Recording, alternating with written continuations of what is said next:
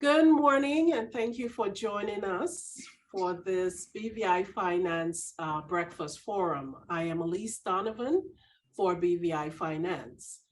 Today, we are very pleased to be joined by a very distinguished panel of speakers from the BVI Financial Services Commission. They are going to talk to us about the regulatory updates in the financial services industry, as well as the amendments and other relevant legislation. We have the pleasure of having the Managing Director and CEO of the BVI Financial Services Commission, Mr. Kenneth Baker. We also have the pleasure of having the Director of Policy Research and Statistics, Mr. Cherna Jallo, KC. And we also have the rare pleasure of having with us the Director for the Registry of Corporate Affairs, Ms. Myrna Herbert. I thank them both, and just some housekeeping notes. We'll start the presentation or the discussion, and then later on we'll open for question and answers. So continue to put your questions and answers in the Q&A section, not the chat. Please put them in the Q&A section.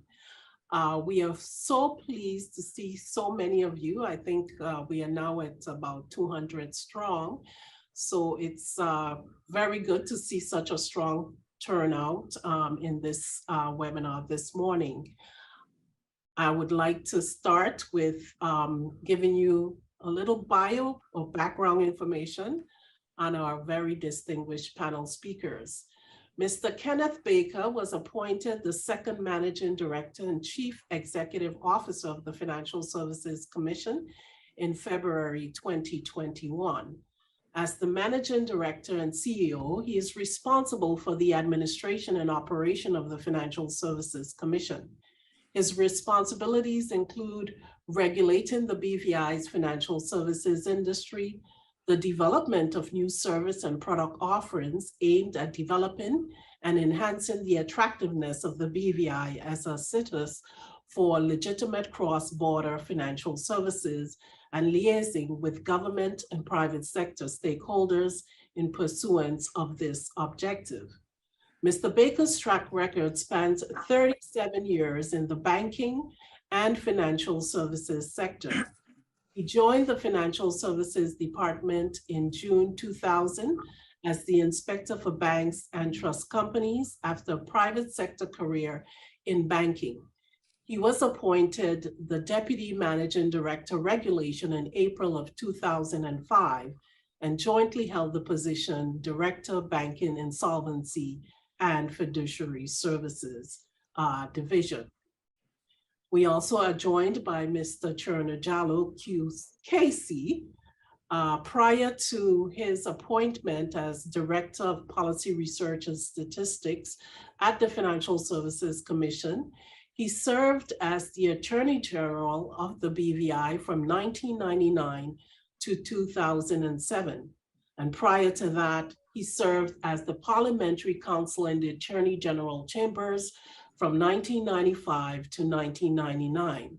Mr. Jallo played an instrumental role in the development of a number of financial services and related legislation, including the Financial Services Commission Act of 2001, which formally established the Financial Services Commission. He is a member of the Gambian and BVI Bar Associations, and he's responsible for numerous financial services legislation beyond the Financial Services Commission Act. We also, as I said, have the rare pleasure of being joined by Ms. Myrna Herbert, who's the Director of the Registry of Corporate Affairs. Mrs. Herbert was appointed the Registrar of Companies in 1998 after serving as Deputy Registrar for 3 years. Prior to her appointment as registrar, she had a long public service career. She was appointed Director, Registry of Corporate Affairs on the introduction of the Financial Services Commission in 2002. I am so pleased that we are able to have these distinguished speakers with us to give us all the information on what is happening with the commission. And I am going to invite them now to open their mics. And Mr. Baker, I think you are up first. Please welcome Mr. Baker to the podium. And Mr. Baker, we have 243 persons in this seminar this morning. Okay, thanks Elise, and certainly thanks for the invitation to participate in this BVI Breakfast Forum. Now, for the Financial Services Commission, 2022 has been certainly a challenging year and a busy year on the legislative front. So we started off the year in January by an amendment to the BVI Business Companies Schedule of Order 1, which is essentially the fee schedule for the Business Companies Act. And then around mid-year, we conducted public consultation on the BVI Business Companies Act. This consultation resulted in the enactment of the BVI Business Companies Amendment Act of 2022 in July of 2022, as well as the BVI Business Companies Amendment Regulation 2022.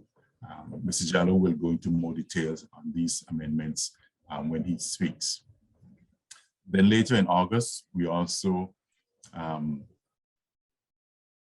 laundering, terrorist financing amendment code of practice, and the anti-money laundering, terrorist financing, anti-money laundering regulations were also enacted in August of this year. Then in October, the BVI Business Companies Amendments Schedule 1 or number 2, the order, which is essentially the fee schedule again, was further amended, in this case, to increase the incorporation and the annual fees for BVI business companies. That was done in October, but the fees will take effect from January of 2023. Here will be rounded out by an amendment to the Financial Services Fees Amendment Regulations 2022. And those fees will take effect from April of 2023. And those essentially will amend the regulatory fee schedules for next year. We recently concluded a public consultation on Virtual Asset Service Providers Act 2022, and it is hoped that this piece of legislation will be enacted before the end of this year. There are a host of amendments we propose for next year, but those will be outlined in the budget address later this year. So with those introduction of what legislative changes are for the year, I turn it over to Mr. Jallo, who will go through the amendment to the Business Companies Act. Thank you. Thank you very much, Mr. Baker. Mr. Jallo, we now ask you to open your mic. Your mic is already open. Please go ahead. Thank you very much, Alice, for the kind introduction. And thanks, Ken, for that introduction. And I join in welcoming all the participants to this dialogue. And I say dialogue because it's supposed to be a discussion so that we all have a better understanding of what the new BVI business companies regime as amended is expected not only to look like, but to function as well. And feel free to ask questions. We by no means feel that everything is perfect, but at least we have something we believe we can work with. You will recall that the amendments to the BVI Business Companies Act has been the subject of discussion for nearly 2 years, if not more than 2 years now, beginning with the policy proposal that was rolled out for the industry to consider and express opinions on. And we did receive quite a number of opinions on that subject matter. And with the help of the Company Law Review Advisory Committee, we were able to chart a way forward in terms of the policies to adopt in shaping new amendments to the BVI Business Companies Act. And when we framed the amendments, these were rolled out as well. If you hear some background, I'm sorry, it's on the outside. I really don't know what's going on, but hopefully that will be taken care of shortly. So the amendments were rolled out inviting comments, and as before, we did receive quite a number of opinions on the draft, and we again looked at those, shared them with colleagues in the Company Law Review Advisory Committee before we were able to finalize the draft. And subsequently, this was approved by Cabinet and then enacted by the House of Assembly. The BVI Business Companies Act is complemented by the BVI Business Companies regulations. Both have been amended in order to ensure appropriate synergy between the two instruments and also make clear in terms of what is expected to occur come 1st January 2023. That being the date when these new enactments will actually take effect. Now, there are quite a number of areas to cover in terms of the legislative changes that have been effected to the BVI Business Companies regime. And I will outline them in terms of subject matter to you. Those of you who were privileged to attend the Association of Registered Agents FSC workshop a while back, this might be repetitive to you, but nonetheless, I'm sure you're wiser and perhaps able to better aid the process in terms of the dialogue we will be embarking upon shortly. Now, I will deal with the subject matters as I indicated earlier. The other amendments to the regime are merely streamlining provisions, consequential changes that needed to be made as a result of making certain key amendments. So I will not go into those minute details, but in any case, anybody can feel free to raise questions if you have them in relation to those matters. Now, I will now, at least with your permission, delve into the new elements comprised in the BVI Business Companies Amendment Act and the regulations. Now, before I do that, I just need to point out one fundamental element, which I will come to later on, which has to do with the filing of annual returns by BVI business companies. But I will deal with that in greater detail later on. But just to make the point that that particular legislative measure is still being worked on, it hasn't been finalized. We did receive quite a number of helpful comments on it. But the Commission felt that further dialogue needs to be had on it. That is why we have that delay. But we hope to have it in place as soon as possible. But I will speak more to that later on. Now, beginning with bearer shares, one of the key areas outlined in both the policy document and in the amendments has to do with the abolition of bearer shares. As you will all recall, that this has been a very topical issue among standard setters globally.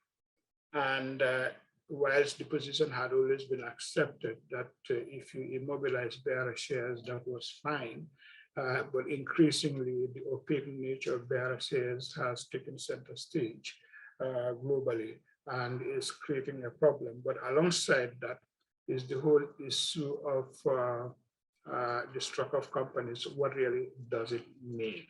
And I will come to that as well, but just to make the point that it seems that the whole notion, the whole concept of a structure of company, whilst it is clear to most of us, it is not clear to others. And what makes it unclear to others has to do specifically with the issue of who has responsibility for AML CFT records when a company is in a structure of mode.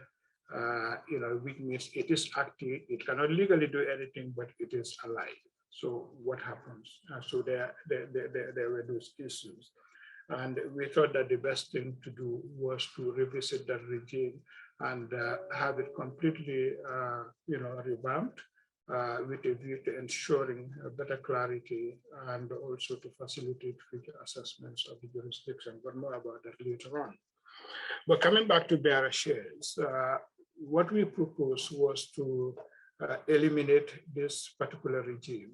And not that many companies were really involved in the business of issuing bearer shares.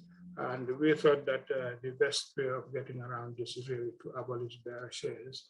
And much to our pleasure, I must say, because the industry really made this very easy for us, everybody agreed.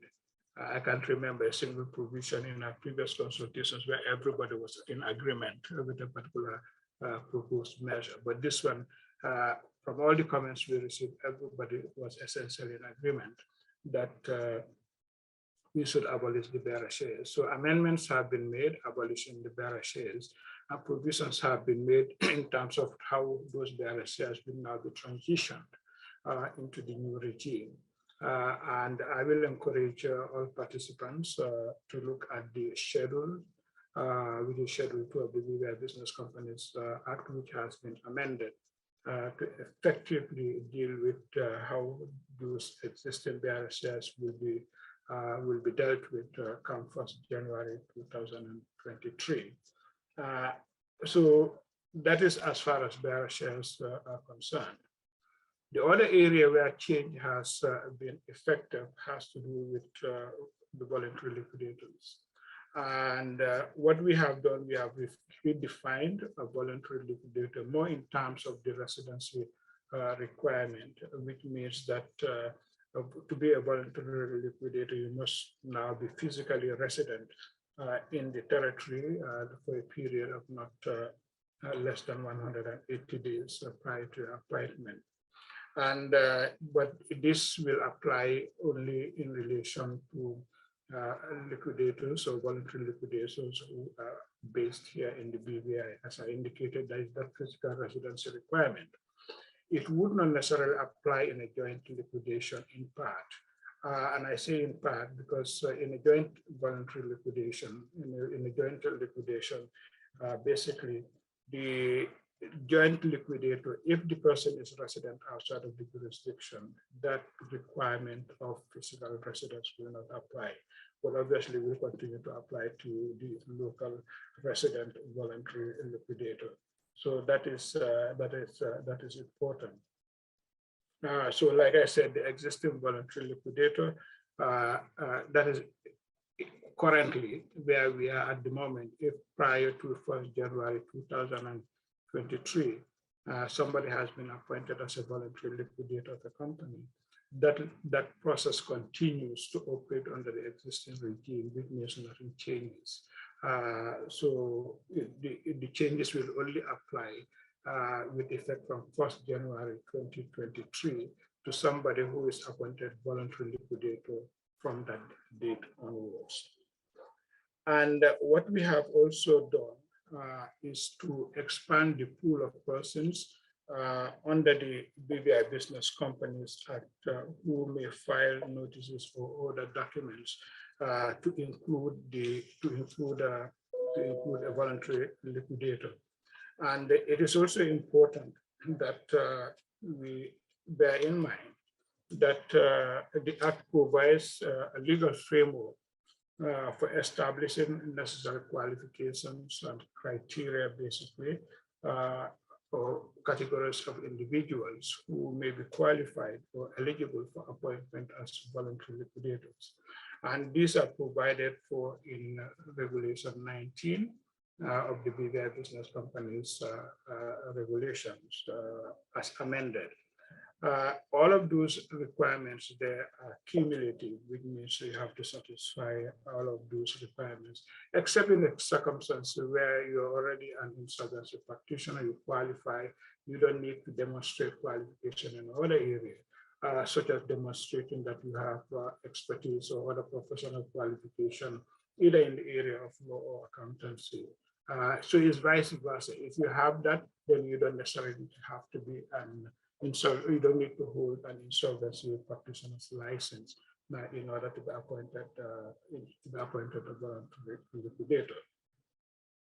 So like I said, it needs to be considered very carefully. All of those provisions in terms of qualification, save for those two elements that I just outlined are cumulative and they must all be complied with. And also the Act provides for a legal framework whereby voluntary liquidators will be required to collect and maintain certain records, particularly those relating to records required under Section 98 and 98A of the FSC, and 98A in particular, which deals with the annual returns. So those are important to be collected. And also the FSC may request a voluntary liquidator to collect and maintain any particular record that the Commission considers is important. In addition to that, we've also amended the Act further to clarify the points at which the court may make an order terminating a liquidation, which essentially has to do with the process from appointment of a voluntary liquidator to the point of completion and providing a statement of, or filing a statement of completion. At that point, it is only during that intervening period that an application may be made to terminate the appointment of a voluntary liquidator, not outside of that. This has been an issue our legal department has actually pointed out to us. It has been an issue because we thought we would make it much clearer in order to ensure that going forward, everybody's clear as to, as to the period within which an application may be made to terminate the appointment of a voluntary liquidator. We have also effected amendments to sections 17, 17A, 17B, more 17A and 17B really. As you may be aware, or should be aware actually, under section 17 of the BVI Business Companies Act, provision is made in terms of the name endings that a company may carry. And those were envisaged in terms of companies that are engaged in commercial activity. We have provided some element of flexibility now, whereby you can actually have a name ending as outlined under section 17, but also engage in not only in commercial activity, but in non-commercial or charitable activity. So that is now permissible. You just have to comply with certain requirements in order to ensure that that is done. But you have to submit an application to the registrar, who will consider the application to give approval. In addition to that, once you are incorporated as such, there are certain obligations that arise, which you must ensure to comply with as best as possible. One of them, which is fundamental, is in the provision of financial statements. You must ensure that the business of the commercial aspect of the company and the non-commercial aspect or not charitable aspects are segregated, so that it becomes clear what aspects actually relate to the non-commercial or charitable activity.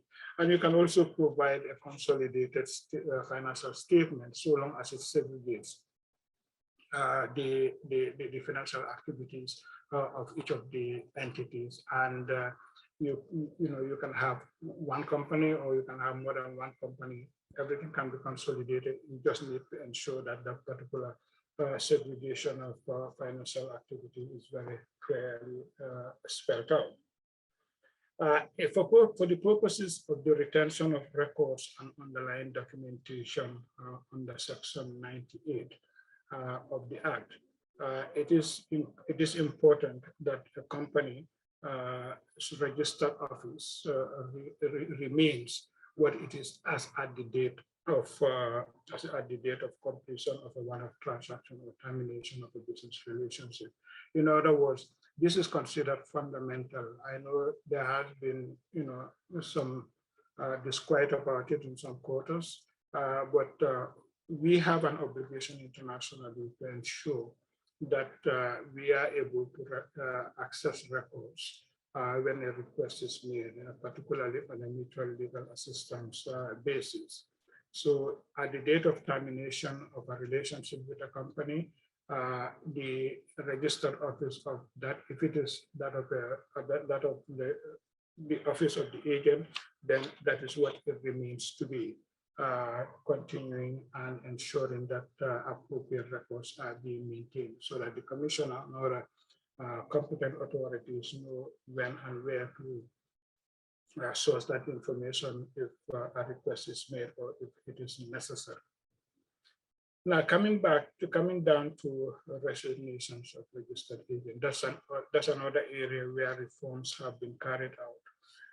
Whereas in the past, there was a requirement to provide a notice of intent of resignation that which had to be 90 days. That has now been cut down to 60 days. So now you only need to provide 60 days notice of intent to resign. And at that point, the program begins to run, of course. If at the end of that period, a company does not appoint a new registered agent, or a registered agent that has provided a notice of intent to resign has not rescinded that notice, then it takes effect automatically. That is mean the resignation takes effect automatically. You no longer need, as an agent, to file a notice of resignation, which is what is required under the current regime. But what we are proposing now is that you no longer need that. It will be, the resignation or the notice of intent to resign will be deemed as completing the resignation period process after the 60-day period comes to an end. So that is as far as resignation is concerned. Let me come down to the whole issue of dissolution and the striking of companies. This is actually the precursor to everything that has come about with these reforms to the BVI business companies regime. Like I said before, we have the strike-off regime. Currently, if there's default, warranting strike-off, you are struck off the register, and then you have a period of 7 years within which you can apply to restore. If you are dissolved, you have a period of up to 10 years within which you can apply to be restored to the register. All of these areas have now been reformed. Now, and this was outlined in the policy document that we wrote out. Obviously, it was a very difficult decision to arrive at, but we were pleased that at the end of the day, there was a general consensus on the approach to take on that subject matter. Now, what we have provided in terms of the striking of and dissolution is this. When a company is in a state where it has defaulted, whatever the reasons may be, as outlined under Section 213 of the BC Act, then the registrar is required to provide notice to the company concerned to regularize that particular default. And that period can be anywhere up to 90 days. That's a discretion vested in the registrar. Now, if the company complies, obviously it is not affected in terms of the struck of the register. But if it fails to comply, then the registrar has a legal obligations to strike the company off the company's name of the register. And then the striking of is followed automatically by dissolution. And the way it operates right now, or the way it is expected to operate come 1st January 2023, is that once a company is struck off the register, that striking off is published in the Gazette. And that publication triggers automatic dissolution by virtue of Section 216. So this is the new regime that has been put in place. But at the point at which a notice goes out to a company, since all of these go through the registered agents, the registered agent has an obligation to update all the necessary CDD and other information in relation to the company, if it already hasn't done so. If it has done so, well and good. But if it hasn't done so, the act makes it very clear that the registered agent has an obligation to ensure that that is done as quickly as possible, but no later than the notice period given to the company, in order to ensure that those records are available should the company be struck up and then automatically dissolved. Let me now move on to the issue of restoration, pursuant to Sections 217 and 218 of the BC Act. 217 being the method by which you can make an application to the registrar to restore a company on the register, which we normally say a restoration in normal way. And 218 is the mechanism by which you make an application to the High Court to be restored to the register. Those methods are still available. However, there are some differences in terms of how or what qualifies one to go under one as opposed to the other. But first of all, the struck-off period of 7 years has now been cut down to 5 years. And I will come later on to deal with the issue of the legacy companies, what happens to those ones that may be relying on the 7-year period, and also for the dissolved companies that may be relying on the 10-year period. I'll come down to those later on when I deal with the transitional provisions. But what is expected here is that if you want to be restored to the court, to the register, even if you're dissolved, you have 5 years within which you can apply to be restored to the register, either by the registrar or by the court. And it's important for you to take a look at those two sections as amended in terms of what qualifications apply. For instance, if you were carrying on business as at the date of striking of and dissolution, you can apply in the normal way to the registrar. But on the other hand, if we are not engaged in any business as at the date of striking of and dissolution, you can only apply to the High Court.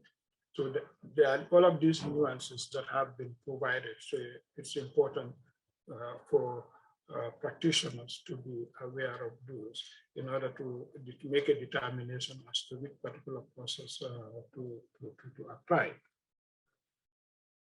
So that's in essence is what that has to that we have to ensure we comply with. And a company that is restored, for example, in liquidation, obviously continues in that mode, and at the end of the liquidation process has to file a statement of completion of liquidation. And it cannot engage in any other business. And the same rule applies where a receiver has been appointed. The other area where reforms have been carried out relates to the continuation of a company outside of the BVI. We know what the regime is currently. You file an application to the registrar, it is processed, and then and then you can continue outside of the BVI. There are new requirements now. If a company wishes to continue outside of the jurisdiction, it has to file. It has to notify its members and creditors, and it has to publish that notice of intent. A notice of intent in in the Gazette. If it has a website, obviously on its website as well, and it has to give 14 days notice to ensure that that information is reached across the board. Those who have a legitimate right to contest that, should they wish, then they can do that. But that is important to know and to know. And then there is a requirement to then file, make a filing with the registrar of the notice of intent to continue outside of the BVI. That notice will have to have certain declarations that, for example, creditors and members have been notified. There has been publication, there has been an advertisement in the Gazette and so on and so forth. And where a company has actually filed a notice of intent to continue outside the jurisdiction, it has latitude still, before the registrar acts on that notice, to rescind that notice. So that mechanism is also provided as well. Moving on to the register of directors, we all know what is now. Every company is required to file a copy of its register of directors. Now, obviously, we have been having some issue with this particular subject matter. Obviously, the issue revolving around the FATF recommendation, which has to do with recommendation 10. Now, there is a requirement under those recommendations for certain basic information to be retained in the public registry, and that information should be publicly accessible. Right now, we comply with all those requirements except one, which is the one relating to directors, that is providing a list of directors. We discussed this back in 2016. It was a very difficult discussion. We hashed out an arrangement. We did not fully comply with the FATF standard, but through this dialogue this time around, we all thought it was really necessary that we carried out that reform. And what the reform in the BC Act actually provides relates to the requirement for a regime which allows for any person to make an application to the registrar to be provided a list of directors, not a copy of the directors. I think this distinction needs to be made very clear. Yeah, it is only in relation to the list of directors, because that is what the FATF standards require, and we are not going beyond the standards in that particular regard.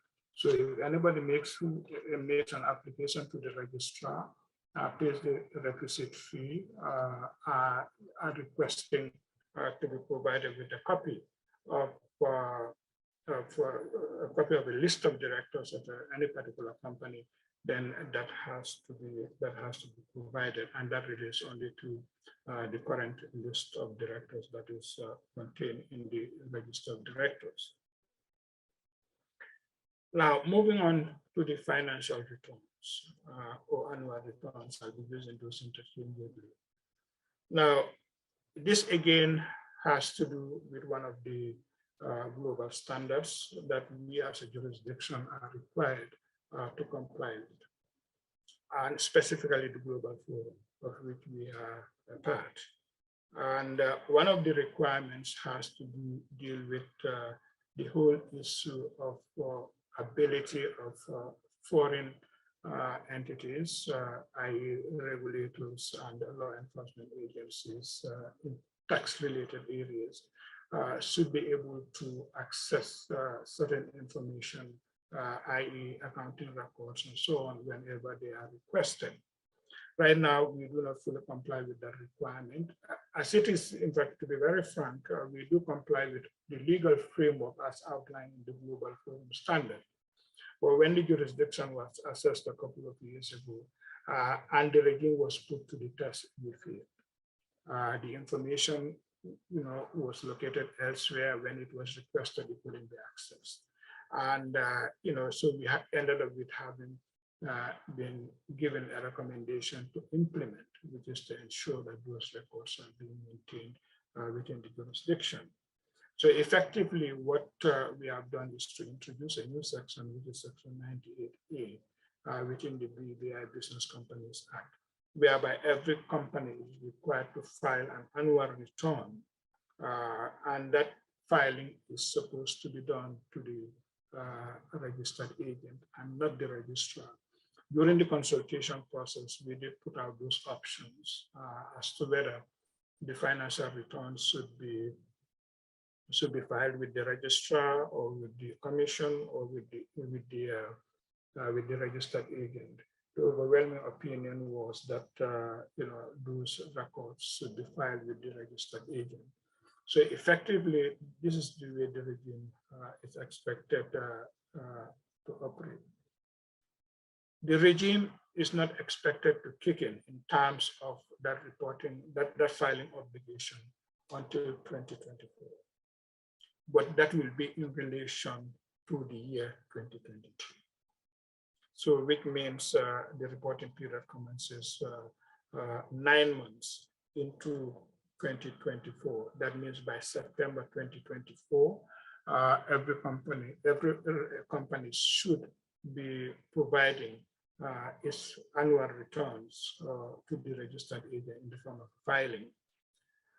And the registered agent has an obligation to ensure that any person who has failed to, that is any company that has failed to file its annual return, it notifies the registrar on that fact.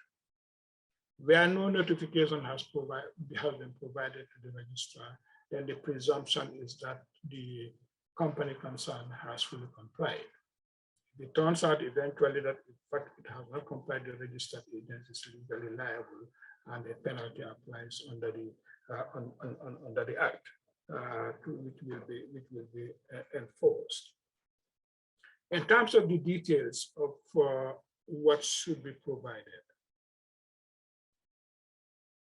that is where the legal framework has been provided for the Commission to provide, to prescribe what should be contained in the financial statements or in the annual returns.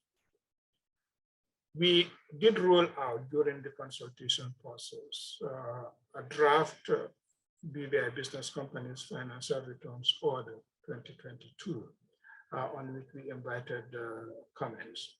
We did receive numerous comments on the subject matter, but frankly speaking, we ourselves were not too certain as to which one to adopt because the views were very divergent.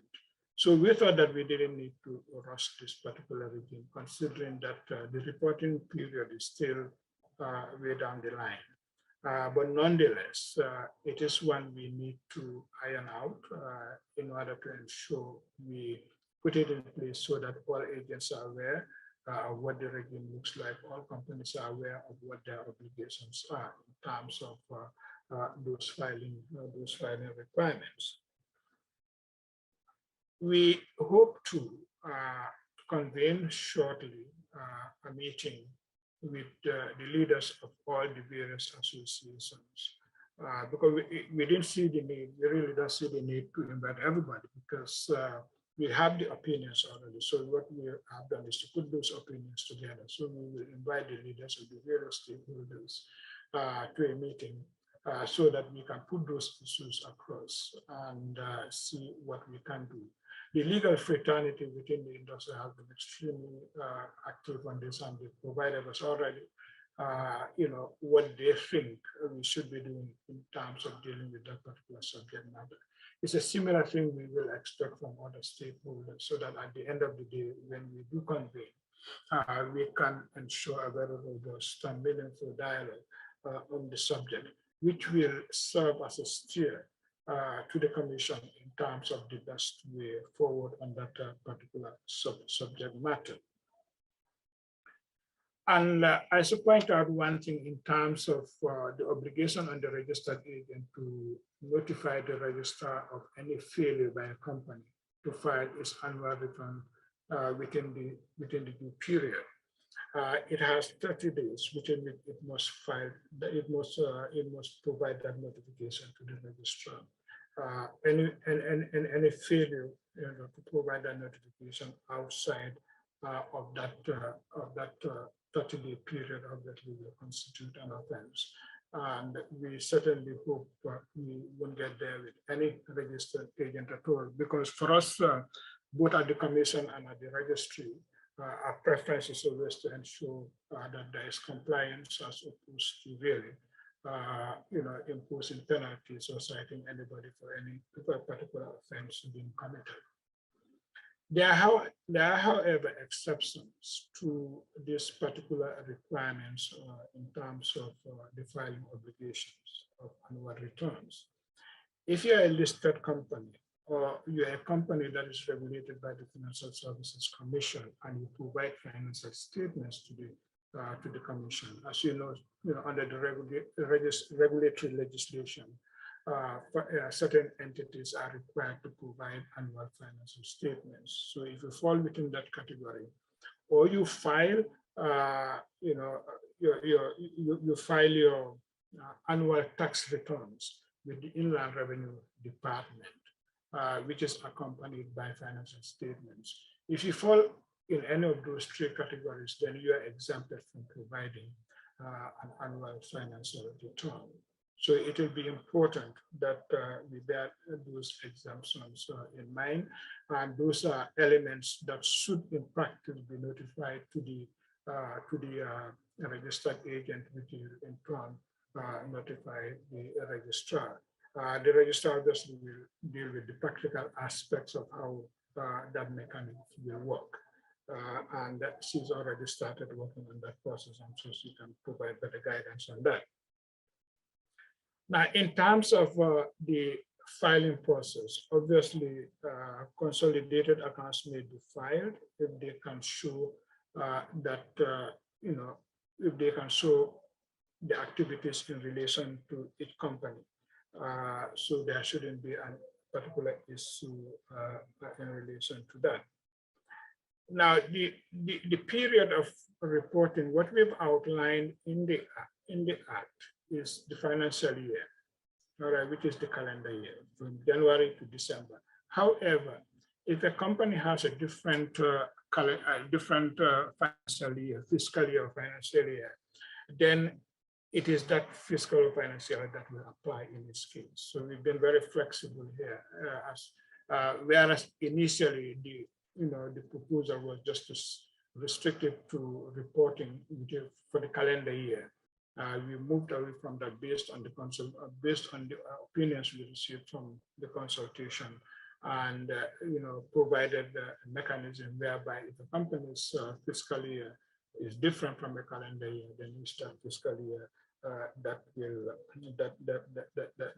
apply. Then going on further on that same subject matter, we have made further provision that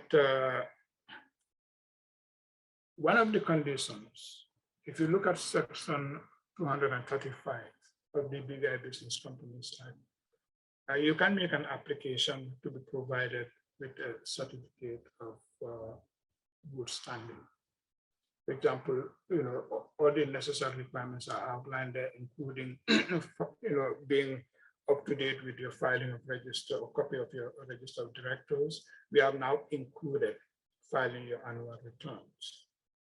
Now, the registrar has to be satisfied that you have actually filed your annual annual financial returns, or they are not yet due, depending on the date of application of your of the certificate of good standing. One would consider that in a way as a presumption that if the registrar, if the registered agent hasn't notified the registrar that you have not filed your annual return, then the presumption is that you have filed, which means you are compliant.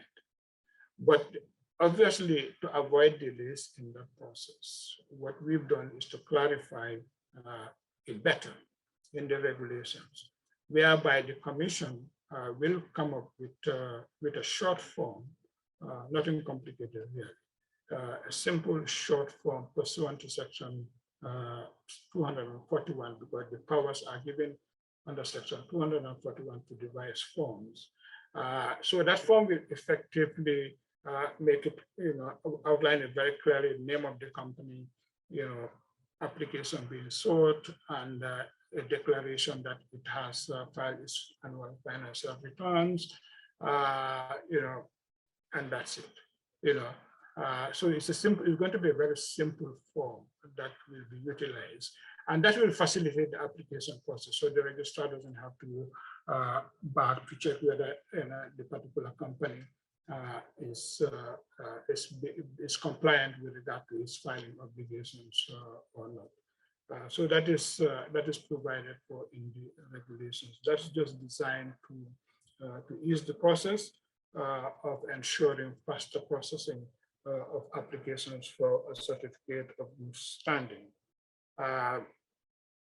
Then if you fail to file your annual returns, what happens? Like I said earlier, you are liable to a penalty.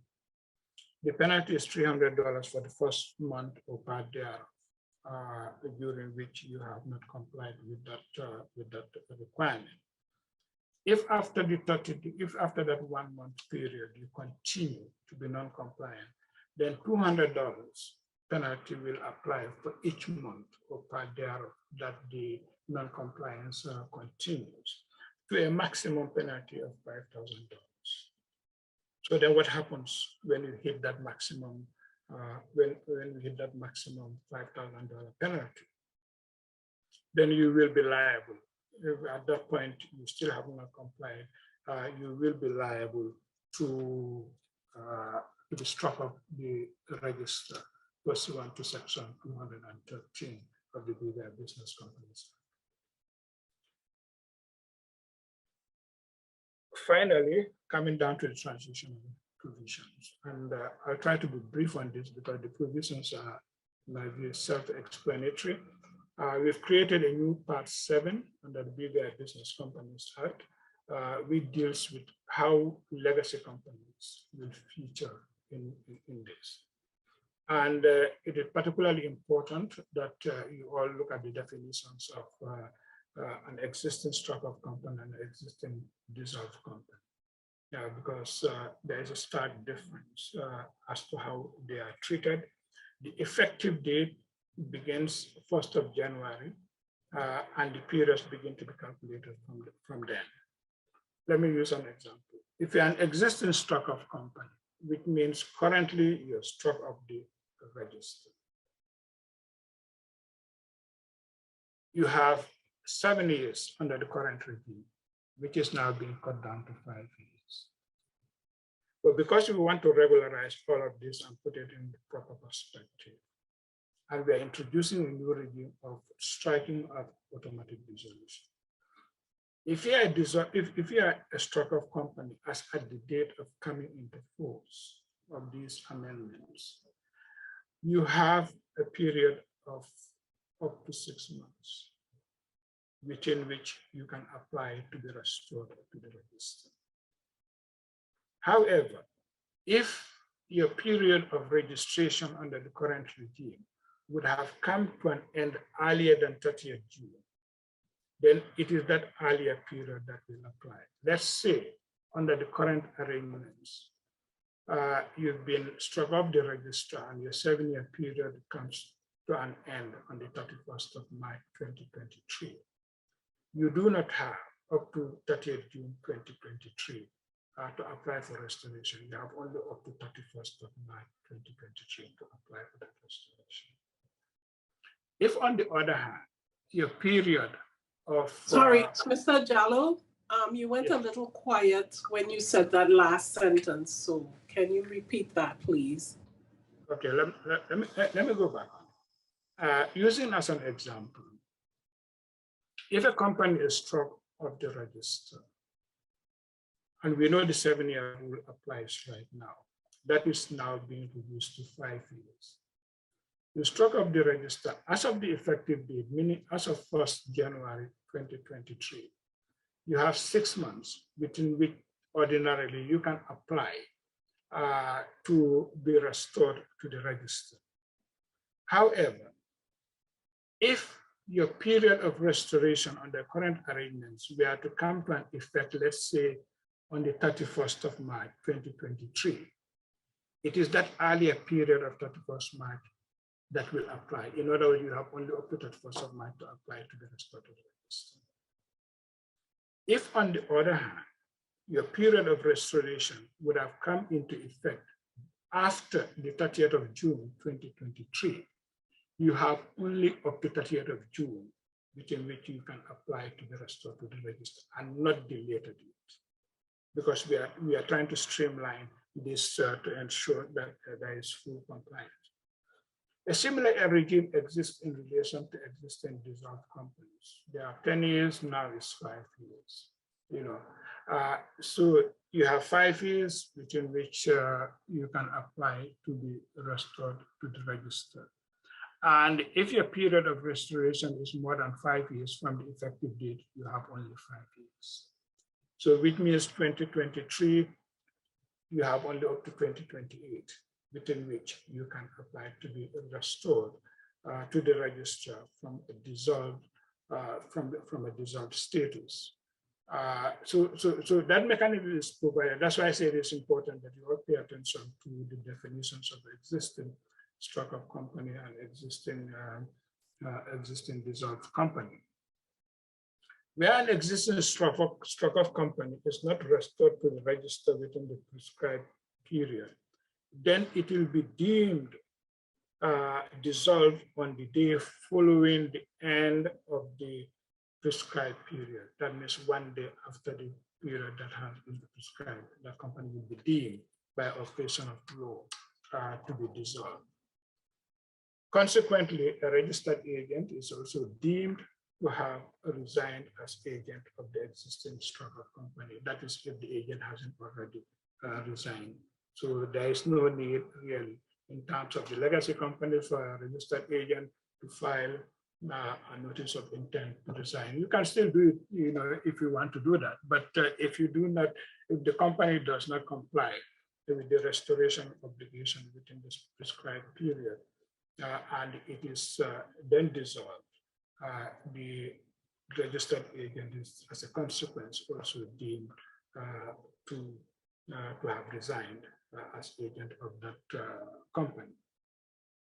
Obviously, that dissolution or that deeming obligation does not necessarily mean that the registered agent is not obligated to comply with its AML/CFT requirements. So it means, notwithstanding that a company is deemed to be dissolved, that's a legacy company deemed to be dissolved after the prescribed period, whatever legal obligation the registered agent has, for example, to put together and and update CDD information, that's customer due diligence information, as required under the other laws, then it has that obligation still remains. And the advisable thing really is, once a company is in that status, the best thing a registered agent should do is to ensure that it has all the up-to-date information in relation to that company.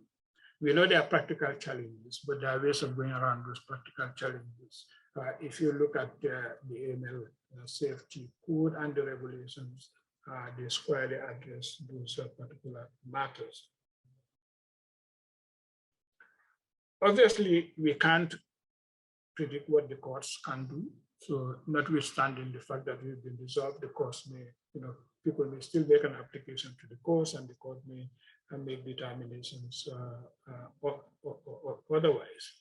But what we have provided for, in order to ensure that we do not continue to see a proliferation of these legacy companies that have been struck up and then dissolved, are still lying in the books. We want to ensure that if there is an application to be restored after you've been dissolved and the court makes an order to that effect, a penalty of $5,000 will apply. And this is only in relation to where this application is made by a person other than a creditor, former director, et cetera, et cetera. These are all properly outlined in the BVI Business Companies Act. But I will encourage all participants to take a thorough look at Schedule 7A, which is the new schedule that has been added to the BVI Business Companies Act in order to know how best to treat those legacy companies for which they still act as agent. The final point really has to do with a new provision which outlines new regulations that may be coming our way, in the future, which has to do with Section 230 of the BVI Business Companies Act. It provides for the legal framework for regulations to be made for a register of persons with significant control. And this is basically the publicly accessible register.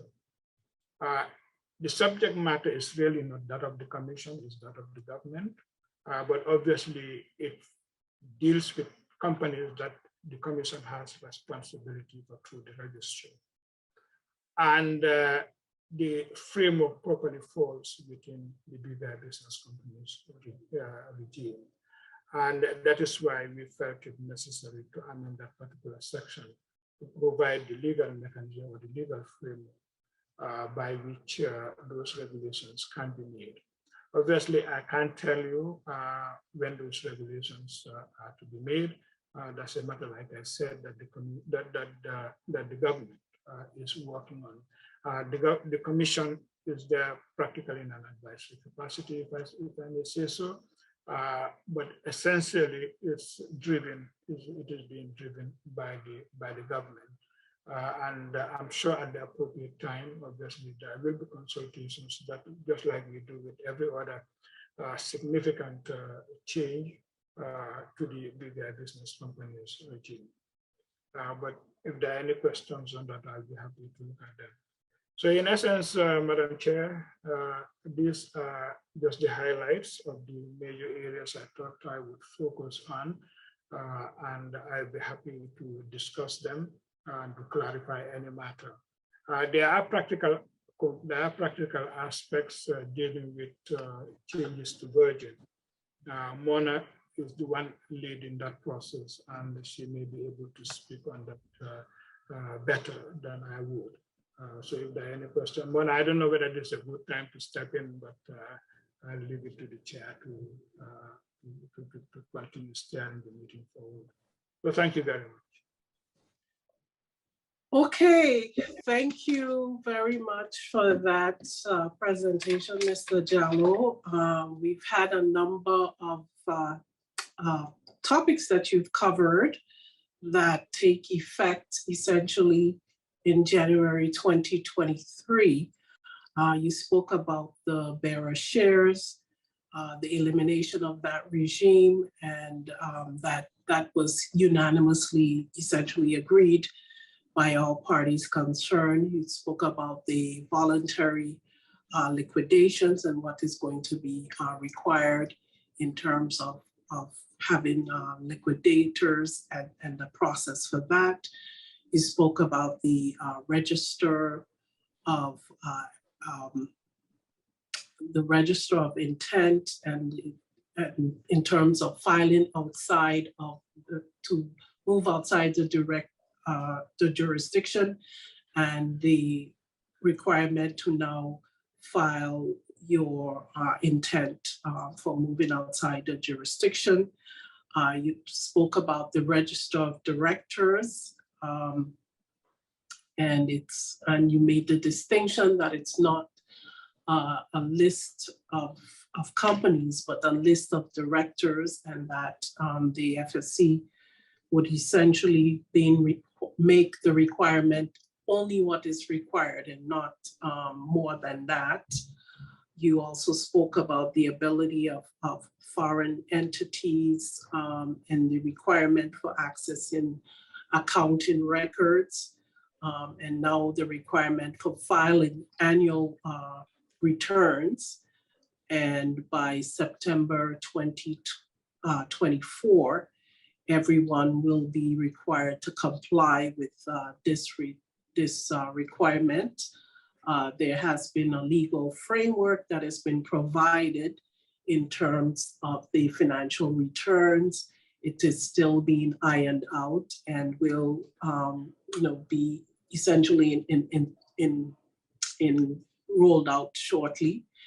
But if you are in any of the categories, the 3 categories that are already required to file your annual returns, that requirement is not applicable. The financial year has been from January to December, but if you have a different financial year, of course, you will inform the commission so that you will remain in compliance. You spoke about the ability to Section 235, and the register has to be satisfied that you have filed and whether or not you have filed correctly, and that if you are going to be filing later on. And then you also spoke about the existing struck off regime and the periods for that to be restored. And now that is I think that was a little complicated, so maybe there are questions which you may have to expound on that. But we certainly heard that there are several, I guess, deadlines, and 31st of March 2023, 30th of June 2023, and you have up until, I guess, 5 years to make sure that, that is done. I believe there are quite a number of questions in the chat. And so rather than continue to summarize what you've said, I think it would be prudent to just jump into the topics that we have in the Q&A. The first question we have, and I'm trying to make sure I'm getting them in the order of which they were asked. How will the RAs know that a company has been struck off, dissolved, if any time within the 90 days?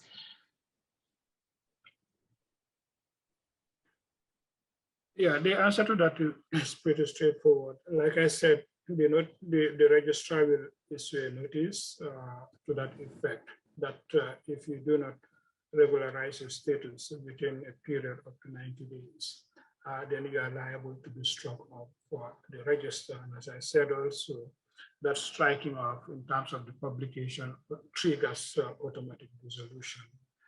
So when the notice goes through the agent, of course, so the agent will know. And the second thing is that there will be a publication, it will be in the Gazette. So the agent should know, because the Gazette is a notice to the whole world. So I think that's a fairly straightforward process, and the agent really should be in the know as far as that is concerned. Okay, once a company is struck off, dissolved, that company will be visible to the agent which was in place at that time. The question is raised as there is a requirement for restoration that a licensed person to agree to act as registered agent. I'm not sure I understand. Once a company is struck off, dissolved, will that company still be visible to the agent which was in place at that time? I guess that's the question. I'm trying to understand what it is, Mona, and feel free to jump in if this has to do more with what obtains in Virgin.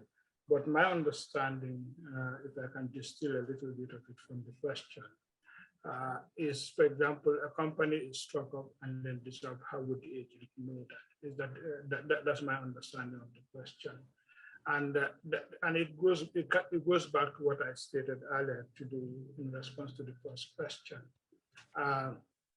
There is a notice which will be published. Striking the company of the register, and what every agent needs to know is that once that company is struck off the register and it is published in the Gazette, that triggers automatic dissolution. So there's no question in terms of what date about what date the company would have been dissolved. It is dissolved as of the date of publication of the striking of the name of the company of the register. I think the other part of the question was if the company will still be visible to the existing registered agent. It will be, because they still have the option to apply for it to be restored to the register, even after it's dissolved. Okay, because they have that 5-year period which they can apply to restore it. Yes, absolutely. So they have their 5-year period for it to be restored. So yes, it will still be visible. That's what you're saying. For Yes. companies that have already been issued a notice of intent for resignation as a registered agent, and the final notice is due to be filed after 1st January 2023 on the expiry of 90 days, will Virgin still be able to accept this filing? Mona, you want to go on that? I'm trying to clarify the question. If Virgin will be able to accept the filing of, is it the notice of resignation? Is that what the question is asking? Yes. From what I understand, the intent to resign was filed prior to January 2023. And the question is whether the notice of resignation is to be filed. Is that what the question is asking? Oh. The question. Mona, let me take the first part, Elise. If I understand the question well, say a notice of intent to resign was filed in November, just as random. And under the current regime, that takes 90 days for the company to find a new registered agent, at the end of which, if no new registered agent is identified, the existing registered agent can then file a notice of resignation. That process under the current regime continues to its logical conclusion. So it's not like the 60-day period would apply or anything like that. You file this year, then whatever is dealt with this year continues to be dealt with as if the new regime hasn't kicked in. So that process will have to continue. So I don't know, Mona, I know you're working on the Virgin component of this, but I believe it should be along the same lines. Yes, wherever the process continues under the previous regime before the amendments, the capability will be there for it to be filed based on the requirements that it started with. For companies that are in penalty and about to be struck off for non-payment, will the registry be giving the company the 90 days notice after the 50% penalty that is in effect? Will the company have an additional 90 days before it is struck off? Similar to the intent to resign, where the process was started prior to 2023, it will continue with the process that it was started with and it will not get an additional 90 days before it is shut down. We have a what they're calling a layman's question. The BVI Business Companies Amendment Act 2022 is an act to amend the BVI Business Companies Act Revised Edition 2020. What is the BVI Business Companies Act Revised Edition 2020?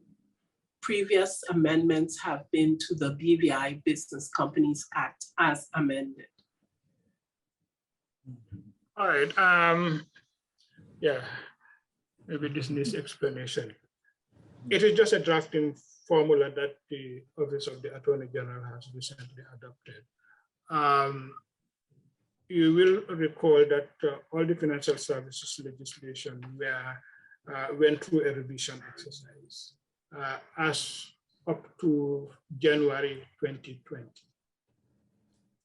So the new drafting formula adopted by this office is that any reference to any financial services legislation, at the end of it, we put 2020 revised edition. So we know exactly what text is being referred to. The idea being that as we go along and as we have amendments to various financial services legislation, we should be able to undertake another revision and update that and then make reference to the year of that revision. So at any point in time is the final, is the most up-to-date revision we are referring to, so to avoid confusion. That's my understanding of the rationale for the Aegis Office putting this process forward. The reference to, before BVI Business Companies, as an example, as amended, obviously, it's nothing cast in any particular law, but in the practice, we say as amended. But once an amendment goes through legally, it forms part of the substantive legislation. You don't necessarily need to make reference to as amended, unless you want to do that in order to establish the period when that particular measure was brought in as part of the law within the particular review. So it's just a technical issue that really doesn't affect anything. We have quite a number of questions, and we probably won't be able to get through all the questions. So the commission will make available, I guess, a Q&A after this session, but we'll try to get through as many as possible. How would the registry? Perhaps what I can say on that is that the registry headed by the registrar is currently working on FAQs, and this will be finalized and rolled out to the industry before the end of the year. I think the plan is to do it as early as possible within the little time frame we have before the end of the year. But that is being worked on. That will incorporate as many of the questions as possible. Where the questions can be amalgamated because they are related or deal with the same subject matter, that will be done, and then appropriate guidance will be provided. Okay. How would the registrar determine if an registered agent is being truthful in declaring the annual return was filed when filling out the short form in connection with the CGS application?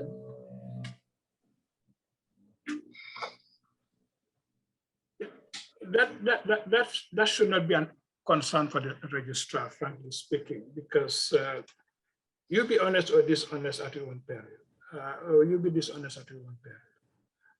There are consequences for not representing the truth.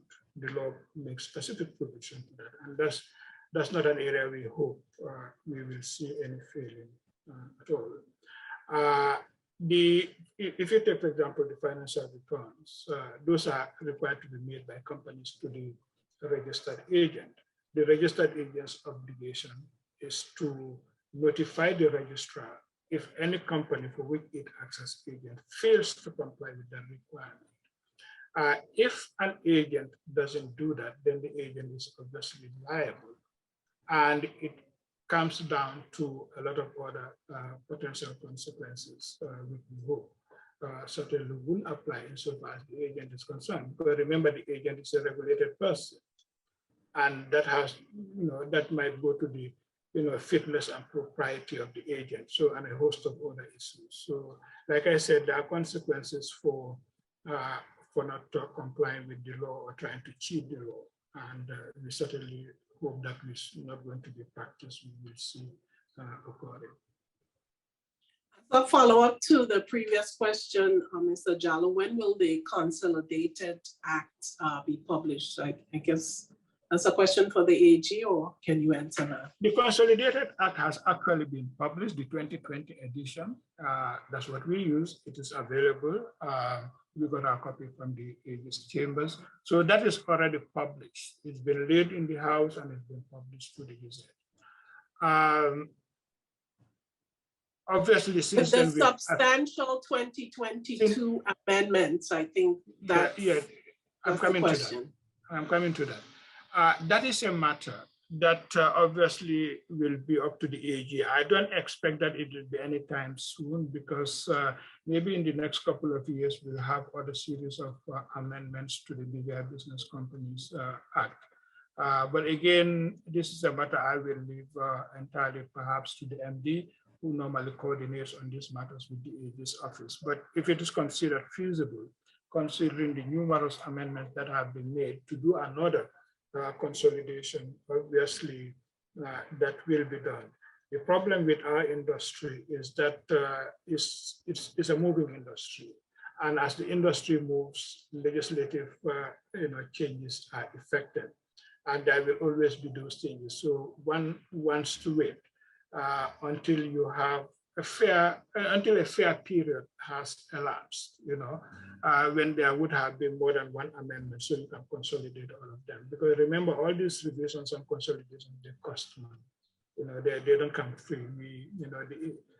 The commission actually pays for, subsidizes. Ken will be better able to tell me which is which, for these services, and they're not cheap.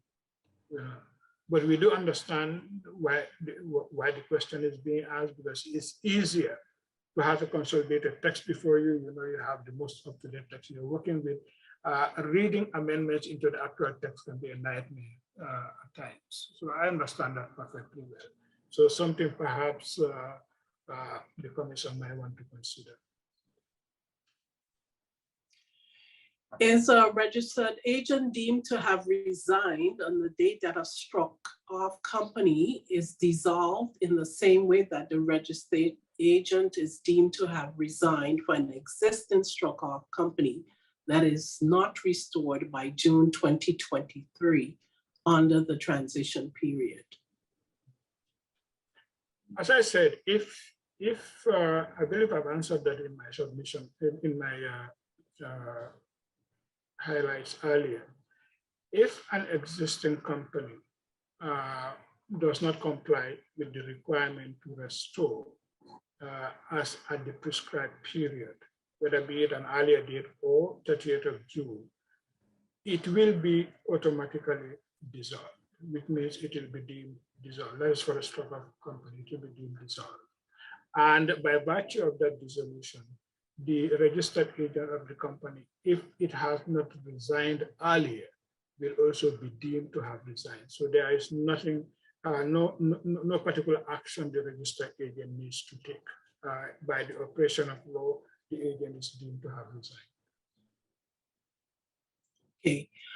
This person is asking for clarification, not sure if they heard clearly, but their suggestion is for annual return declaration to be made by the registered agent while paying annual license fees, so it can be incorporated as one. So the registrar will automatically know that the annual return fee is paid and that the return has been filed. I'm not sure I understand what it is. I guess that is a, They're making a suggestion. A suggestion, okay. they're making a suggestion, but I'm more concerned about what the law is and how it is designed to be implemented as it is now. Remember, we had put out options for the filing of annual returns directly with the registrar. That wasn't a popular suggestion. So the suggestion that eventually carried the day was that the filings should be made, every company should make its filings of annual returns to the agent. And the only obligation on the agent there is to report to the registrar any company that hasn't made such annual filings. That's all it is. In terms of the fees they collect as a result, that has nothing to do with the registry or the commission. If opinion changes subsequently, I mean, in due course, that filings should be made with the registry, we'll be more than happy to consider that. But obviously, you know, there will be whole issue of fees as well. So I think it's a good. Going to be a simple, straightforward matter. Yeah, I think it's a good suggestion if it was straightforward, the filing with the registered agent, because it depends on the company's financial year, as well as depending on the time that they file the annual return. So I don't think at this point we can pinpoint it to when they file the annual fees because of the requirement of the Act. Okay. But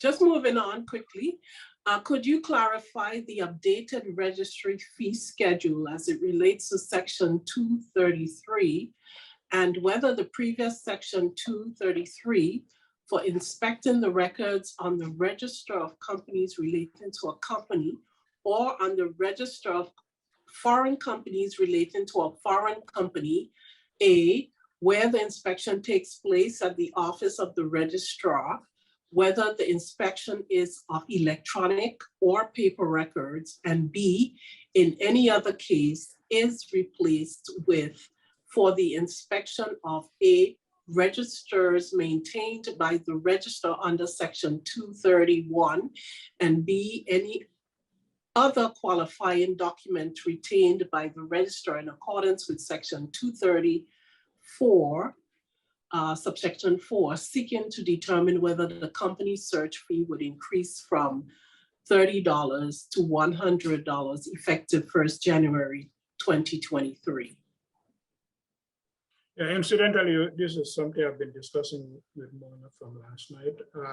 I have indicated to Mona this morning that I will, we will need to revisit that particular section just to put it beyond doubt as to exactly what is being referenced. Mr. Jallo, a little volume, sorry, because you went down, so I didn't. No, what I was saying is, yes, Mona and I have been having, exchange on this particular section and the fees, and we've agreed to take another look at it. But currently, the requirement, the fee applicable for searches is $50. That's very clear from the schedule. But in terms of the other aspect, because the initial intent was that if you want to do the search within the registry, then you apply $30. But obviously, under the new regime, any search, any inspection of the register is $50. So you can, we will provide clearer answers on this because I think there's something off on it, I have to admit, and I've indicated to the registrar we will have that discussion to clarify it as quickly as possible. Mr. Jallo, this is a question that helps us all. How would you alleviate the anxiety of clients and overseas officers who are of the view that the changes and the increased fees would reduce the number of incorporations and consider incorporating elsewhere? Well, the fact of the matter is, if we take a comparison of what obtains elsewhere, the BVI is still considered cheap jurisdiction, if I can put that in inverted commas. We cost effective. We use the word cost effective, please. Well, I just want to be blunt about it. We do not, always, in a very regular way, amend our fee schedule. I mean, it takes a while. We take inflation into account and many other factors into account to ensure that we are being fair. And that is something we do consistently across the board from time to time. Obviously, there is always a choice for people, and there's nothing much we can do about that. But we think agents need to be aware that we do provide a regime that is flexible, investment friendly, and so on and so forth. And it is really more for the industry and BVI Finance to really make clients aware that we still provide quality service as a jurisdiction. One that is robust, one that is efficient, one that is effective. And efficiency obviously comes at a cost. And as technology requirements, escalate, so we also need to keep up to speed.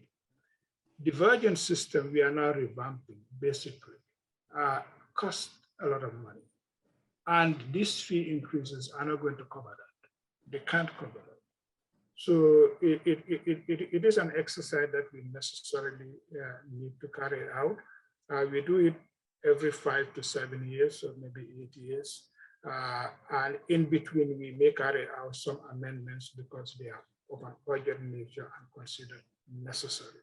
But we at the Commission can only assure the industry that we continue to be very modest in our fee increases, taking other global currents into account, and also what obtains in other jurisdictions. And it's really more for the industry players and BVI Finance to assure them, to assure clients that we continue to be that quality jurisdiction where we provide these services at an efficient and effective rate, which comes at a cost. And it's important that we try to alleviate that to some extent.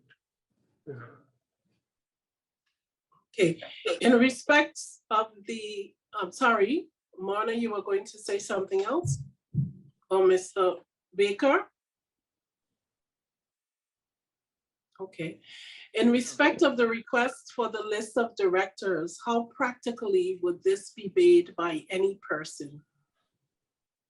How practically would what? This be made by any person making a request for the list of directors? Well, like I said, it's really open.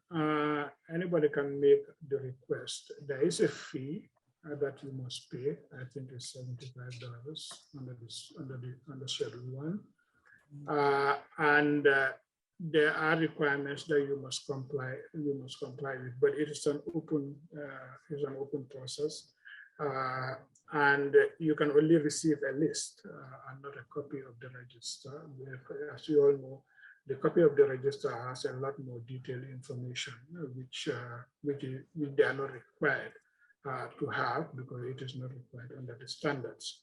We use it for our own purposes, but it's important that whoever makes that application, it has to be in writing, of course, and that application reaches the registrar, and the fee is paid. The registrar has to make the information available, because that's what the standards require. There is no intention to put a restriction on that. And if I may add, the request can be made similar to how certifications are made or any documents that are on the register. So it can be made locally and internationally in the same way that you would request any document that's on the register of companies. And to reiterate what Mr. Jallo said, it will only be the list of the names of directors, of the current directors, and not the full director information. So it is quite practical for it to be done. Okay. What financial period is expected to be the first reporting period? Are those the financial periods starting in 2023 or financial periods ending in 2023. Example, a company with financial year running from 1st April to 31st March, is that company to first report by 31st December 2023 or by 31st December 2024? Like I said, using the calendar is the easiest, but if you have a different fiscal year, like the example you've used, let's say a company's financial year begins in March,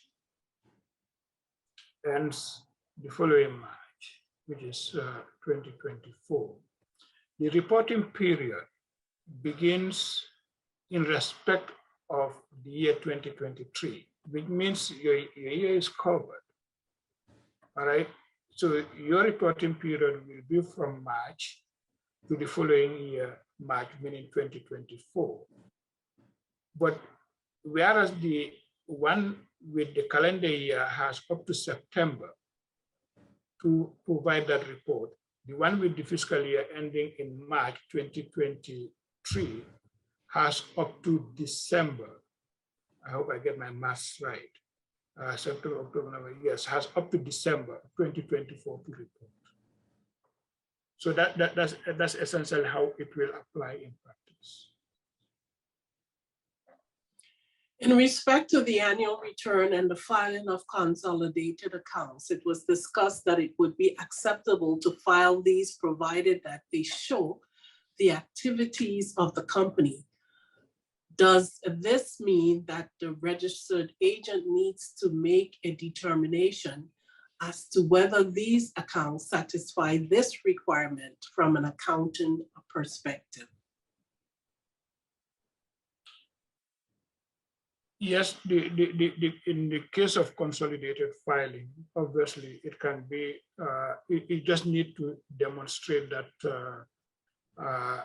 the accounts of the various companies that have been consolidated in the financial statement, for instance, or the annual return is segregated and clearly made. Nothing more is really required of the registered agent at this point. This is something we've been discussing internally as well, because there will be the issue of verification at some point. We are not dealing with it at this point in time, which would have been better dealt with if the filings were made straight to the registrar.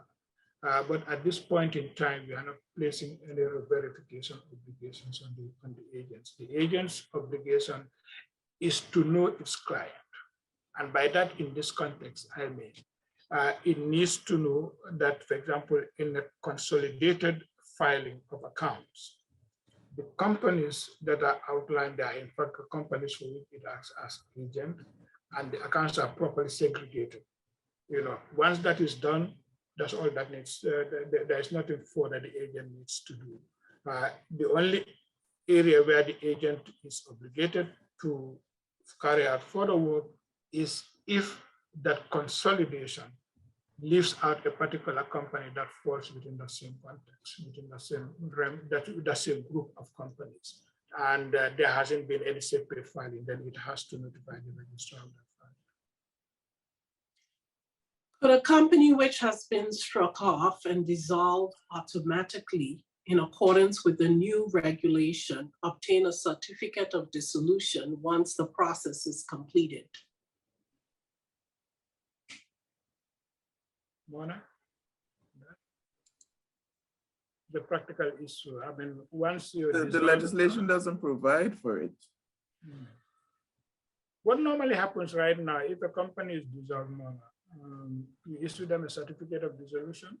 No, we don't. The only certificate of dissolution are only issued for voluntary liquidations. Well, the same rule will continue to apply. Same rule will continue. For automatic dissolution, there's no requirement to issue a certificate of dissolution.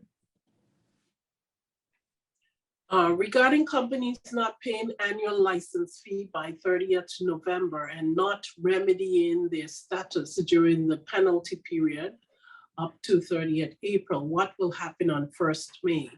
Will the notice to strike off and dissolve be issued 90 days in advance of the end of the old penalty period, the penalty period, or after the end of the old penalty period? What will be the status of the company during this 90-day period? Mona, we've been discussing this, so perhaps you can take the lead on it. Yeah, I think this is similar to a question that was asked previously, where the process began prior to January 1st, 2023. And if the company is in penalty, the 30-day period would still apply as under the old regime because the process started prior to 2023, so it will continue. I think it's similar to the question which asked if they will get an additional 90 days, and the transitional provisions does not provide for that, so it will continue as it did under the old act before the amendments.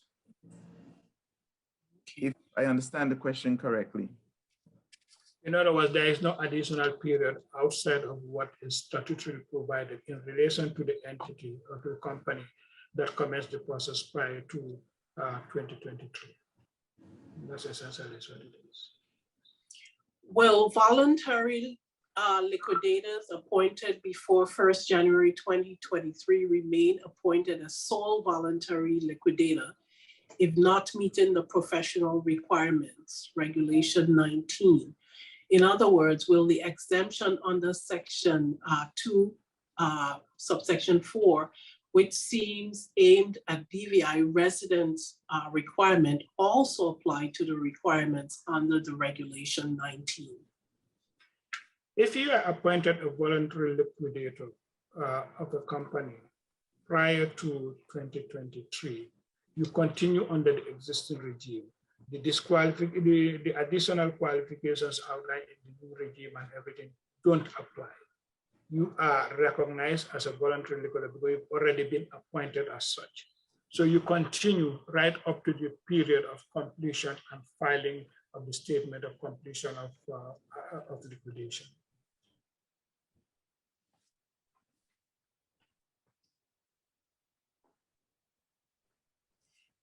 Will monitor if voluntary liquidators appointed after 1st January 2023 meet BVI residents' requirement and Regulation 19 requirements, if at all? Well, there is a requirement you must meet before you can be appointed. And once that is in place, obviously, it's very easy, very small community. And we've made these discoveries in the past. If you're a resident outside of the jurisdiction, consistently, outside of the required period, then obviously your appointment is liable to revocation. So I don't see any practical issue there. The commission does have its own monitoring mechanisms, either through the inspection process or some other mechanism. But remember that once a voluntary liquidator is appointed, there is a process that the voluntary liquidator must follow. There are legal obligations in terms of reporting to the commission with respect to particular records, particularly if it relates to a regulated person. And now we've added a provision that if it is in relation to a regulated person, those records have to be notified as well. So it is important that all of those are taken into account. So that there are different mechanisms, there are different methods by which all of this can be easily detected as a matter of practice.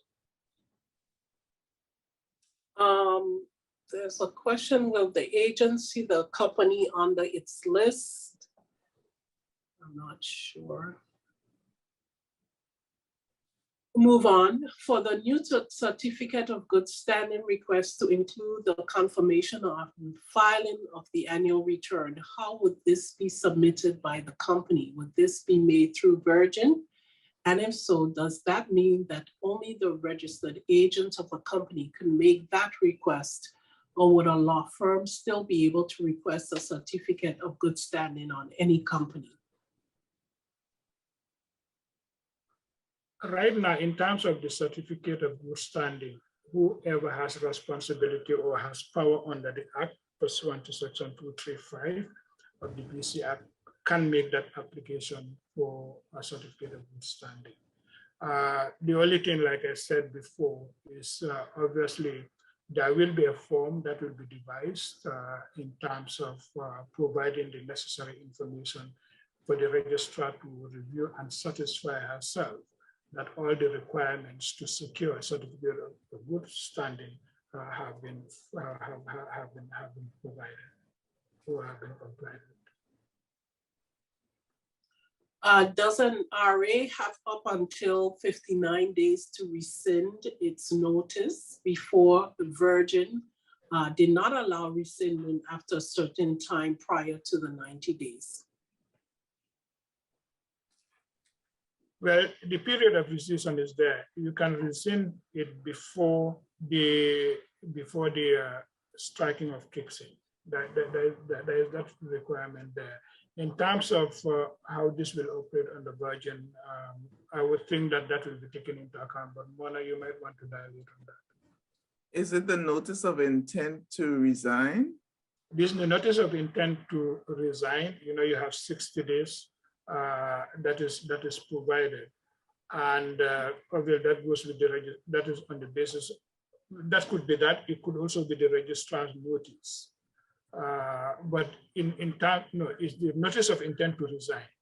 There is provision that you can rescind that notice before the expiry of the notice.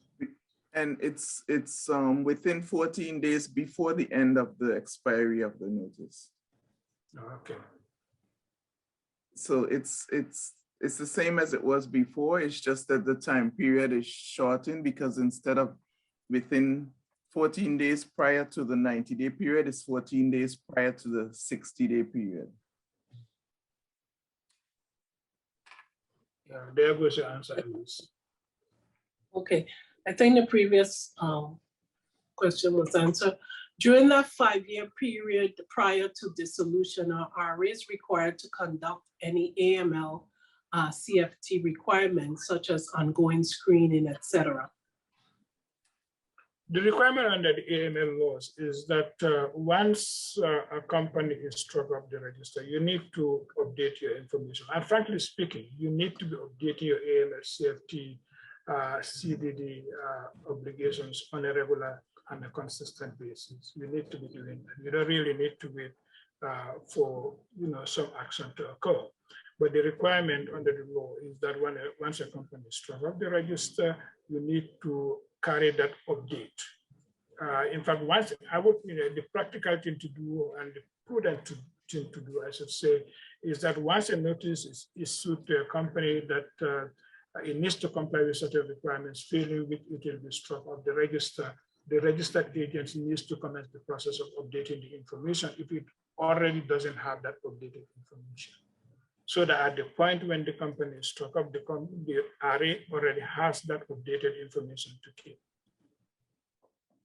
Okay, the FSC had only allotted us an hour and a half, but we are taking an extra half an hour with their permission, of course. So that means we have 15 minutes left for us to wind up. Is that okay? Mr. Baker, Mr. Jallo, Ms. Herbert? Let the boss speak. Yes, it is. Okay. To confirm, for companies whose financial year end 31st March, the first deadline to file the annual return is 31st. I think that was answered, 31st December 2023. I believe we answered the question. If your financial year begins March, then your reporting period is 2024. Then it will cover March to March, March 23 to March 2024. And that was when I made reference to the difference between the calendar and the fiscal year in that context, one ending in September, which is the 9-month period, the other ending in December. Okay. would you kindly advise if a public register of directors can be requested for companies in any status that is struck off, liquidated, resignation, etc., or will it only be for active status companies?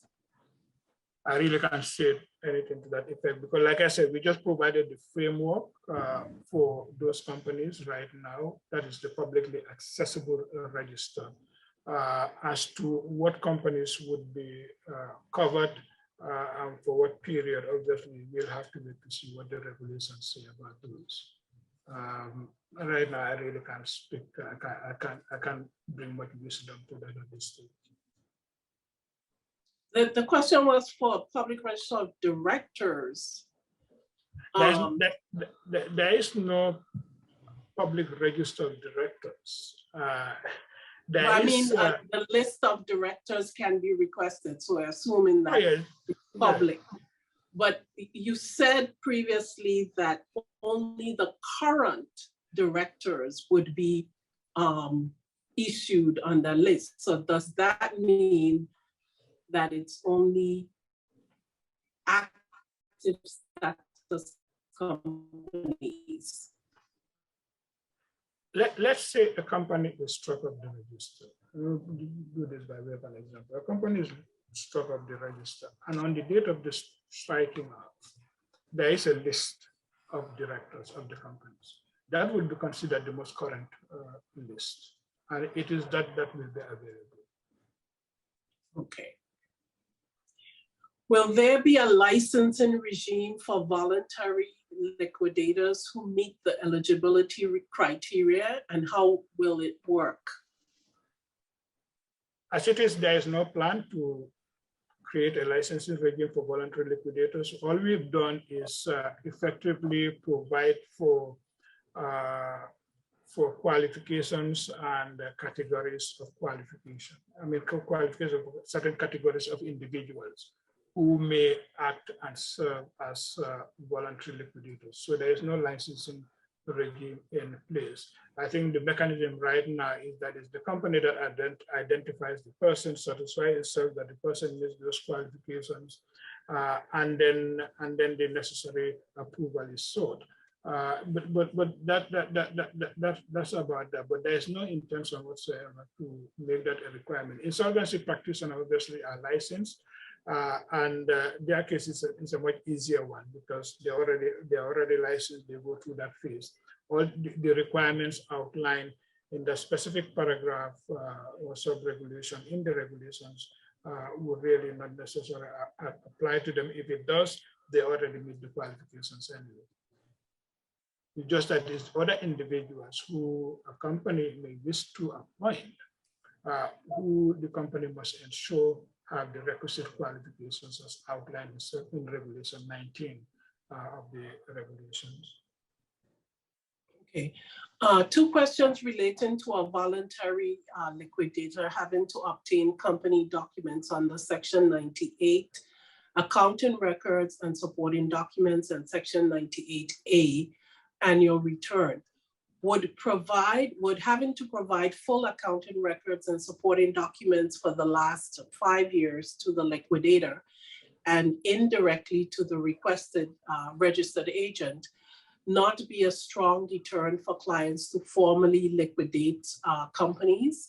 And the second question, if a liquidator does not provide the documents under Section 98 and 98A to the registered agent after the completion of liquidation, what does the registered agent have to do?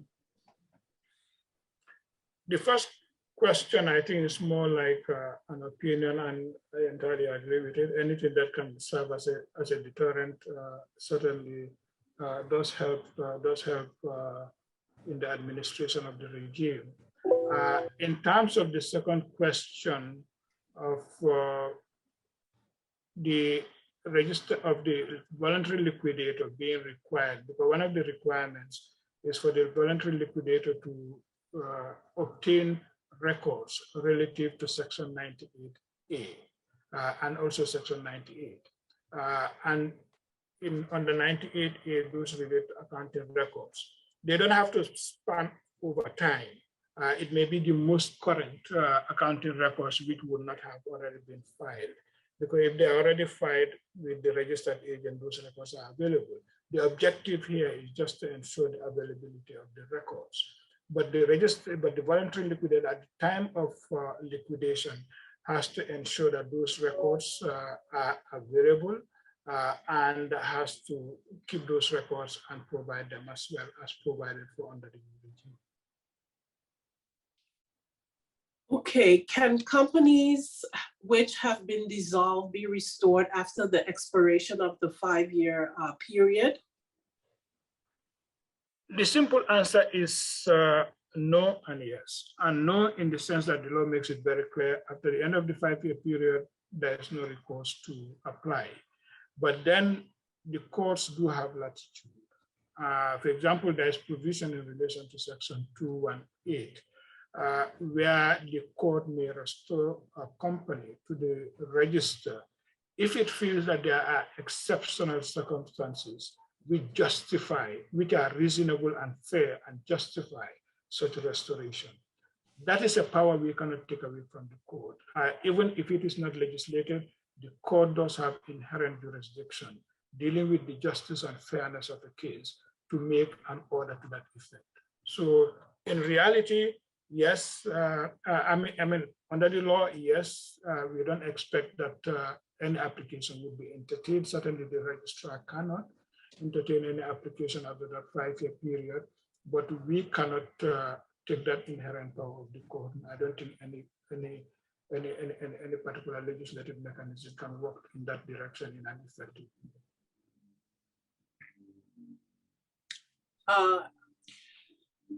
In regards to the register of directors, the information that will be public is only the current directors, yes.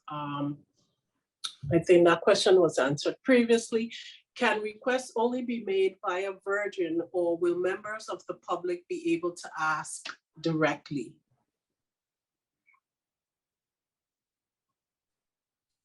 Buena, what's the practical mechanism you have in place for this? Like I say, it's similar to any document that can be requested through Virgin, or can be requested by completing walk-in customers, completing the request form, and we will provide the information, or the access can be through the international search function, which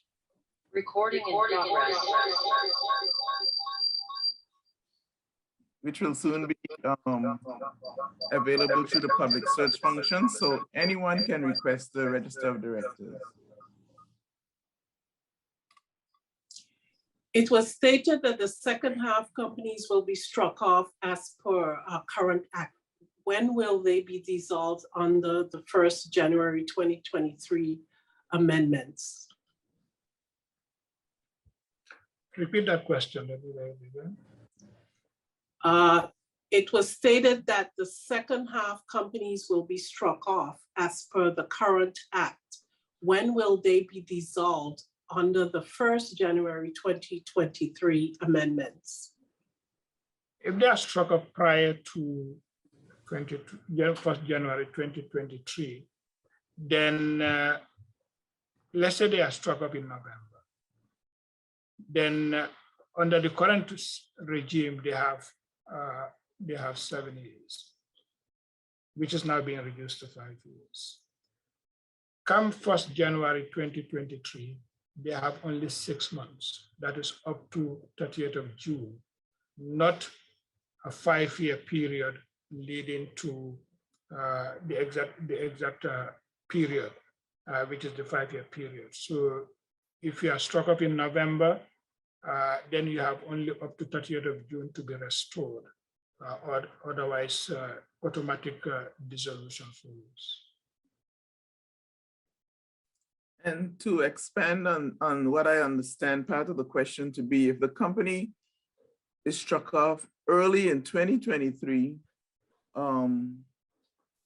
in a process that started prior to the amendment, they will be dissolved under the new act when the struck off notice is published in the Gazette.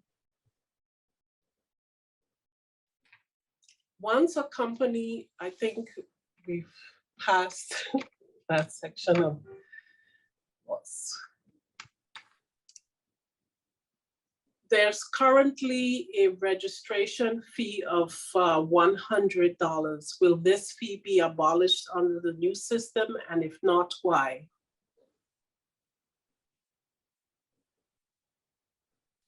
It doesn't say registration of what. So we will need more clarity on that, I think. Okay. How can the industry obtain a copy of the BVI Business Companies Revised Edition 2020? I guess that's the consolidated document, Mr. Jallo, that you referred to. I would say, I mean, the AG is the custodian of this particular revision of the laws. And I think that application should be made to the AG's chambers. Between them and the Deputy Governor's office.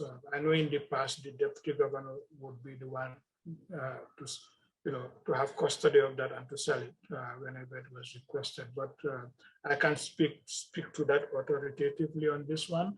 But all I can say, if you approach the AG's chamber, they will be in a better position to advise on that.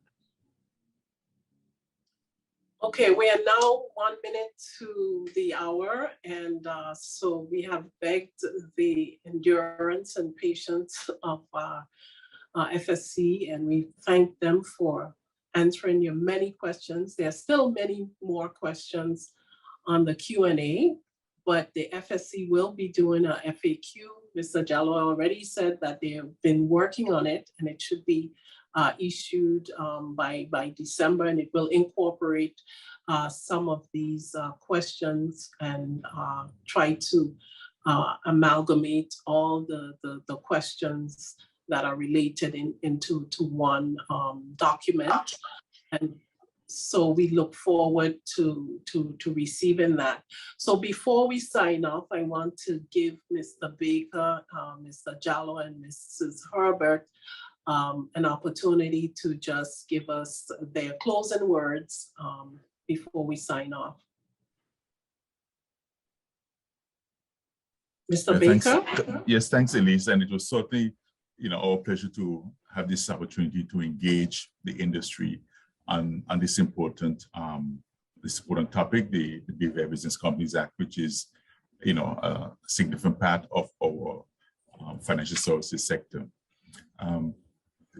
Those of the industry will know that the Commission has historically held a cocktail party in December, the last one being in December of 2019. Due to the pandemic, we haven't had one in 2020 or 2021, but I'm pleased to say that the board has agreed that we will host a cocktail party December of this year, following the December board meeting. So it would be somewhere around, I think, the 6th of December. Invitations will be going out in the coming weeks, and we look forward for the opportunity to certainly engage the industry players in person again after this 2-year hiatus. Mr. Jallo? Sorry, Mr. Baker, you were saying something else. Yeah, I'm finished, thanks. Okay.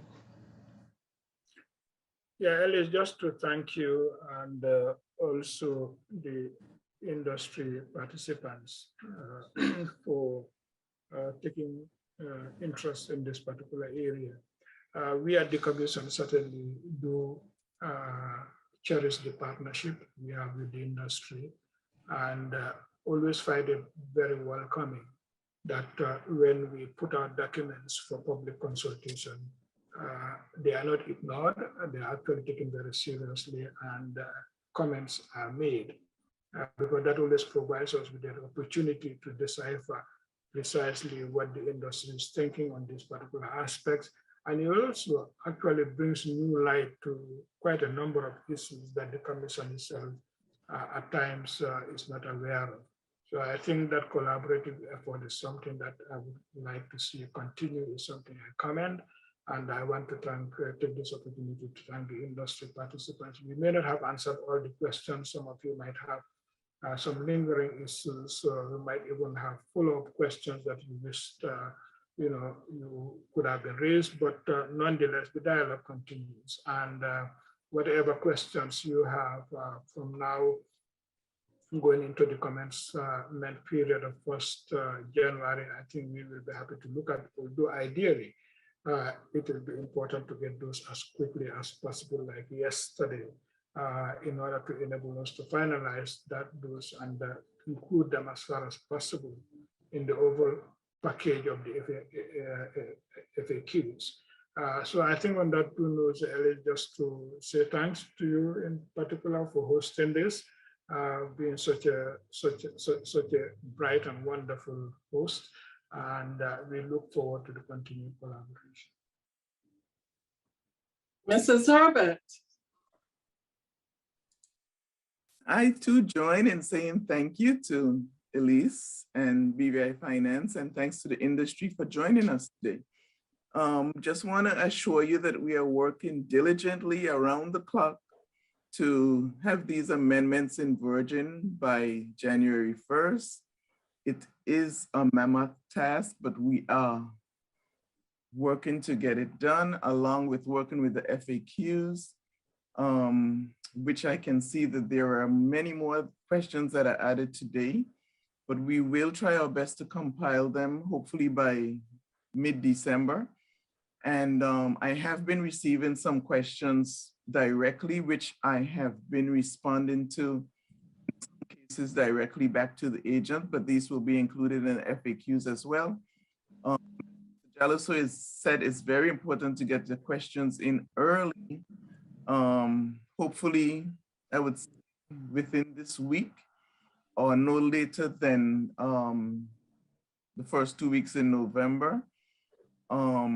And you can send your questions to support@bvifsc.vg, and they will be directed to me, and we will try our best to answer them as well as possible. Thank you. Well, I want to thank so many of you for attending today's BVI Finance Breakfast Forum. I would say that it's been really a pleasure to have you, Mr. Baker, Mr. Jallo, and Ms. Herbert. I think we've broken a record today in terms of attendance. We've never had, to my knowledge, a 300+ strong attendance at a BVI Finance Breakfast Forum. So that shows the importance that the industry places on hearing from the regulator, the Financial Services Commission. And we are very pleased that you were able to join us this morning. And we hope that this can be a regular, quarterly or regular updates from the Financial Services Commission to the industry. I'm not taking over the Meet the Regulator, but certainly it was a Meet the Regulator session today. And so we very pleased to have you here. And we want to thank all of you who stayed online and who attended this session. And as the Commission said, they will be following up with the FAQs, and so look out for that.